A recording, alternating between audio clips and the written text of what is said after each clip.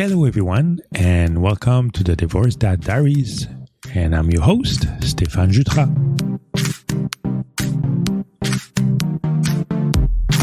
I hope everybody's keeping cool and doing well on your side of the country or the world. A couple of weeks of very hot and humid weather over here. But again, I can't complain, coming from Canada and having those harsh and long winters. Whatever people say, I still enjoy those hot and sticky summers because I know it's just, a couple of weeks and after that, we'll go back to more Canadian weather. So I hope everybody's doing well. On my side, it's been quite a busy couple of weeks as always. Last weekend, actually, we, took a little bit of time to go visit the Rib Fest that's happening here in the West Island of Montreal. The Rib Fest is something that's happening pretty much every year. Last year, I think didn't happen because of COVID, but something that I really, really enjoy and trying to go and taste some good meat there. So when there were some good friends of mine, some friends that I haven't really talked to in a little while, actually I haven't seen for a while. We actually met there and had some, pulled pork and ribs and everything, which was really delicious. The only thing this year is, I guess, because of COVID and still, it's not completely under control. There was a lot less ribbers there. So there was actually 3 that were there, but still had an opportunity to taste them and they all had really, really good food. So I met some of my good friends there and we started talking a little bit and they told me that they actually have a YouTube channel. So we started talking about the YouTube channel. I told them about my podcast, which they didn't know about. So we decided to help each other out a little bit and just spread the news about my podcast on this channel and also to let you guys discover them as well. They're actually a married couple that are doing a YouTube channel on food.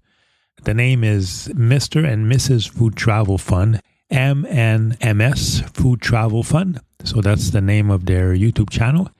And they have a lot of different videos, very, very interesting videos about food, about some travel that they've done, and they kind of rating and reviewing some places and trying new recipes and comparing a bunch of products related to food. So I went through their channel and really, really good stuff there. And I hope that you guys can maybe pass by their channel and have a look, and I'm sure you'll enjoy it. So I thought I would give them a little shout out about that. So now let's jump into our topic of the week. I'm sure a lot of you out there were probably wondering and asking questions about the title of this episode. Am I a narcissist? It's probably a question that some of you ask yourself. Some of you probably wondered about your partner. And that's something I thought would be very interesting to talk about. It's a word that I think that we see a lot more often than before and more often too, describing your partner. I mean, there's narcissist, gaslighting, and all those words now that have been used quite a lot lately. And I mean, I'm not here to contradict or say that this doesn't happen. And for sure it happens. I've seen it. And it's something very serious as well. But I think that often this is also getting a bit misused and also used in different situations that shouldn't really be used. First off, like I was saying, I read a lot of stories on different news groups or social media about narcissists is, something that people are talking more and more about. So the first thing I wanted to do is what I always do is let's look at what the definition is of a narcissist. So what I found, it's a noun, and basically it's a person who has an excessive interest in or admiration of themselves. Narcissists basically think the world revolves around them. That's basically the definition. I was again curious to see like how and why it's been talked about more and more, and just to kind of clear up a little bit that part. So when I was starting to see that in a lot of different stories, and often is men and women have been named or have been identified as a narcissist. But the first question that went through my mind, and it's maybe because of experience, because I've been named or told that I was a narcissist. And that's something that's been told as well to people around me about me. So what I started thinking is like, you know what, let's wait a second. I mean, There's two things in there that I've seen. So like I said, there are narcissistic people out there, and there's people calling them off and just by the way they act and everything. But there's also the other type of people that I've seen is basically someone who thinks or feels like their partner's world revolves around them.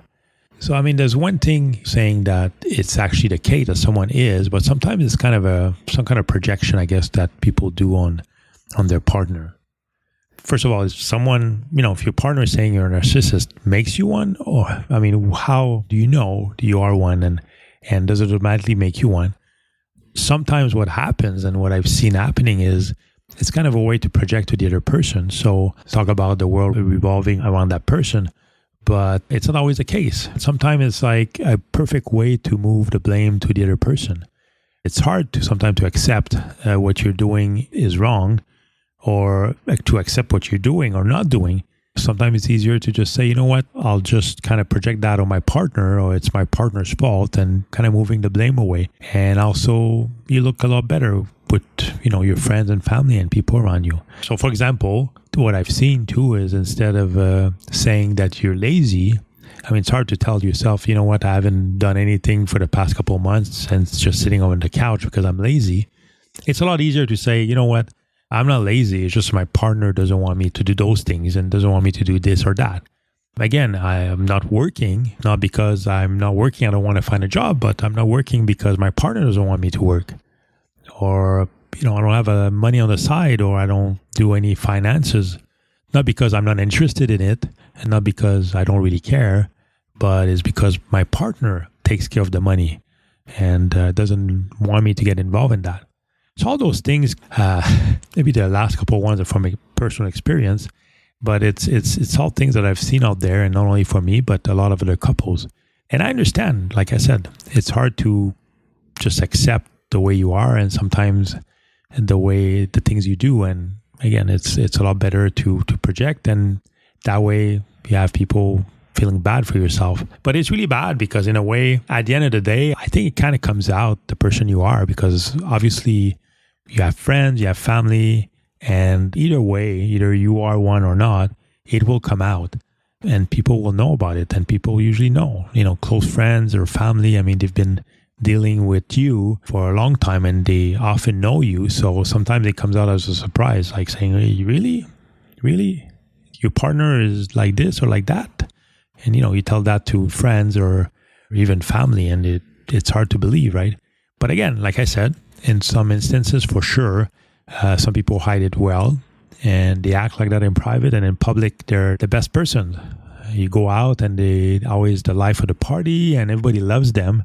But the moment that they go home or they're just by themselves with their partner, it's completely a different person and they act completely different. So there's also that out there, which is a huge problem, and also probably the most dangerous type of narcissist person, and really difficult to deal with, obviously, because again, they might even make you think you're crazy or make people around you think that you're crazy. So that's definitely an issue. So as I was saying before, for me, it was really a big wake-up call when we got separated, because after all, we've been married for almost 20 years. And after all that time, doing more than my share at home and helping out with pretty much everything and trying to be helpful, wanting my partner to find a job. My partner went back to school and I supported her during that time for her to get a degree. Basically, her wanting to do a bit more schooling and stuff, and I was just willing to support her, no problem. And sometimes, she wanted to find a better job or the perfect job, and I always kind of had a good salary. So at the same time, I was like, you know what, if you don't like the job you're doing now, you don't have to go and work. You can just try to figure out what you want to do and find a job you like, because at the end of the day, that's what you want, right? In our situation, it was like, well, we're not in any stress or struggle, so yeah, you can do that. And we're lucky that we can do that, because it's not everyone that is in that boat, but we could, and I was okay with that. But when we started talking about separation and divorce, basically all that had been done before now became the example I gave before. It became my fault. And that's a bit frustrating, especially when you try to do the best for your spouse to be happy, at the end, you can't just push them out the door to do things. So at one point, they have to do their share. And you realize that they start feeling bad at the end. And when we talk about separation, divorce, you realize that, oh my gosh, no, at this point, I'll be by myself and I should have done this, this, and that. And, I haven't worked for a couple of years and I haven't done anything on that part money-wise for a couple of years and even most of my marriage. And now, if you get separated, what happens? How will I look? So now all of a sudden it's like, oh, the story changes now. It's not like, oh yeah, he was supporting me and wanting me to stay home and, study and do whatever. Now it became like, oh, he didn't want me to do this and didn't want me to do that. So that people around kind of have pity on you. That for me was really kind of an eye-opener, and I never thought that would happen. So I think what I'm trying to say here is just to be careful when using those words and when talk about your partner. Think about what you are trying to say. Also, maybe first look at yourself and the situation, and maybe look at your relationship or marriage and see how it went through it, and really think about what went wrong, and also to look at yourself a little bit. And we all have to, and I did myself too. Everybody has their fault. I have my fault. And I think it's important to look at that before starting to call people names, to kind of move the blame somewhere else. And you can do that for a while, obviously, but I think at the end, it always catches up to you, and you always need to sit down and think about what you've done and what you've said to set the record straight.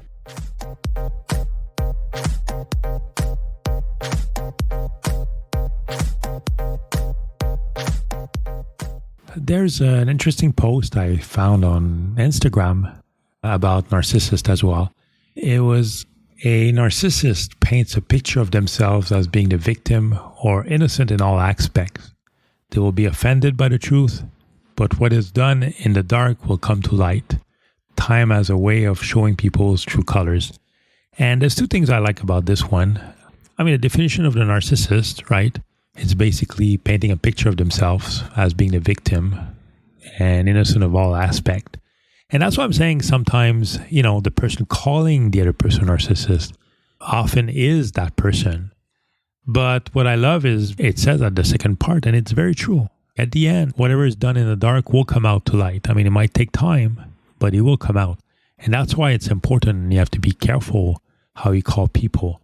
Because those are, again, like I said before, big words. And once the truth comes out, people will realize really how you are, and it might backfire. And I think that's something that actually happened on my side as well. I was talking about my kids in a lot of different episodes. You can tell your kids whatever you want, or your friends, or your family as well. There's people like that as well. You can tell them whatever you want about your partner. At the end, it will come out and they'll realize what happened. And it's a very dangerous game if it's not the case, because it will backfire. So what will happen is those people will realize that whatever was said is not true, that it was all lies. They'll basically break that trust and, the trust they had in you about everything you said. So whatever you've said in the past all of a sudden becomes irrelevant, and they don't believe or trust anything that you say. So it's a dangerous game doing that. And I experienced that firsthand. That's why I'm saying it's something that you have to be careful what you say and what you tell your kids, or what you tell even friends and family. So again, I've seen a few interesting posts on Instagram about that, which brought me to actually talk about it on here. Like I was saying, the word is being used and overused. Also, what you notice is every little thing that you don't like that happened, now all of a sudden your partner is a narcissist. And that's the thing that starts to happen. And that's why the words become, I guess, I wouldn't say less and less relevant, but it's like the boy who cried wolf. It's the same thing, right?